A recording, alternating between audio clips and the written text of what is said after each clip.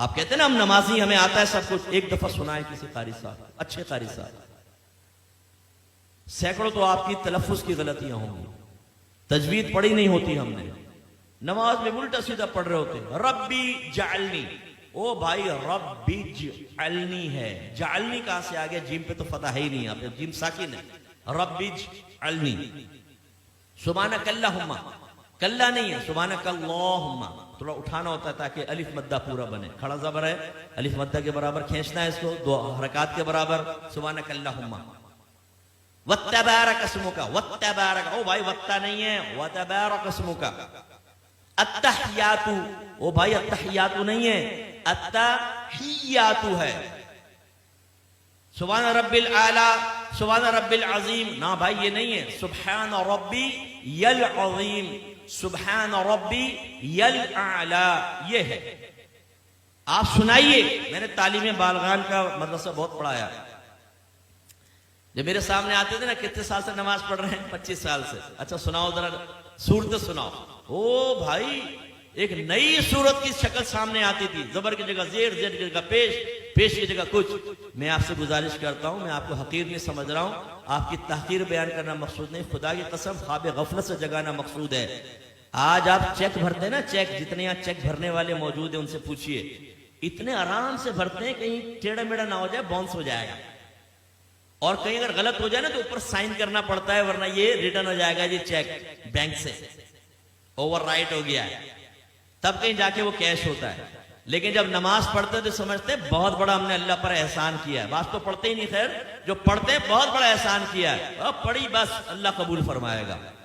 حالانکہ نبی کریم صلی اللہ علیہ وسلم فرماتے ہیں کہ بندہ بعض اوقات 60 برس تک نماز پڑھتا ہے لیکن اس کی ایک بھی نماز اللہ تعالیٰ کی بارگاہ میں قبول نہیں ہوتی، کیونکہ رکوع صحیح کرتا ہے تو سجدہ غلط کر دیتا ہے، سجدہ صحیح کرتا ہے تو رکوع غلط کر دیتا ہے۔ ایک روایت میں فرمایا بعض نمازی ایسے ہیں کہ مسجد کے دروازے سے باہر نہیں نکلنے پاتے کہ ان کی نماز پرانے کپڑے کی طرح لپیٹ کے اس کے منہ پہ مار دی جاتی ہے۔ ایک روایت میں فرمایا جب نمازی بعض اوقات نماز ختم کرتا ہے تو نماز اس سے یہ کہتی ہے اللہ تجھے ایسا ہی برباد کر دے جیسا تو نے مجھے برباد کیا۔ اس میں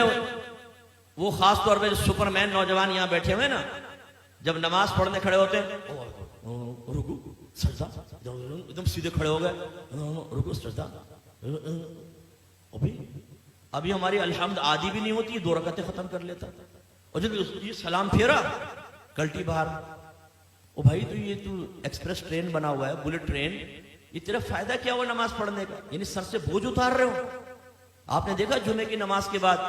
جیسے ہی امام صاحب سلام پھیرتے ہیں جوتیوں پر رش لگ جاتا ہے، اتنا رش ہو جاتا ہے جیسے باہر 5-5 ہزار کے نوٹ بٹ رہے ہیں، اگر دیر ہوگی تو نکل جائیں گے۔ جوتیاں ڈھونڈنے میں 15 منٹ وہاں لگا دیں گے، مسجد میں نہیں بیٹھیں گے، نہ سنن پڑھیں گے نہ نوافل پڑھیں گے آگے کے، اور باہر نکل کے پھر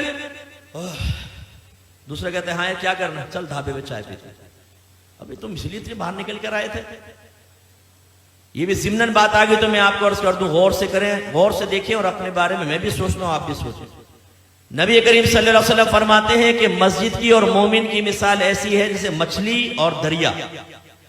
کہ اگر مچھلی کو دریا سے باہر نکالیں تو وہ اس وقت تک چین سے نہیں بیٹھتی جب تک دوبارہ دریا میں نہ آ جائے۔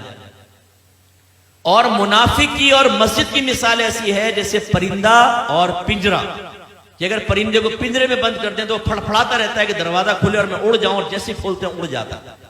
اپنے بارے میں ہم سب کو غور کرنا چاہیے، ہم میں مومنانہ صفت ہے یا منافقانہ صفت ہے؟ امام صاحب سلام پھیرتے ہیں دعا بھی نہیں مانگتے، یہ بس امام صاحب نے سلام پھیرا فوراً اٹھ کے باہر، جوتی لے کے باہر، کرنا کیا ہے؟ دوستوں کے ساتھ بیٹھ کے گندی لڑکیوں کی باتیں کرنی۔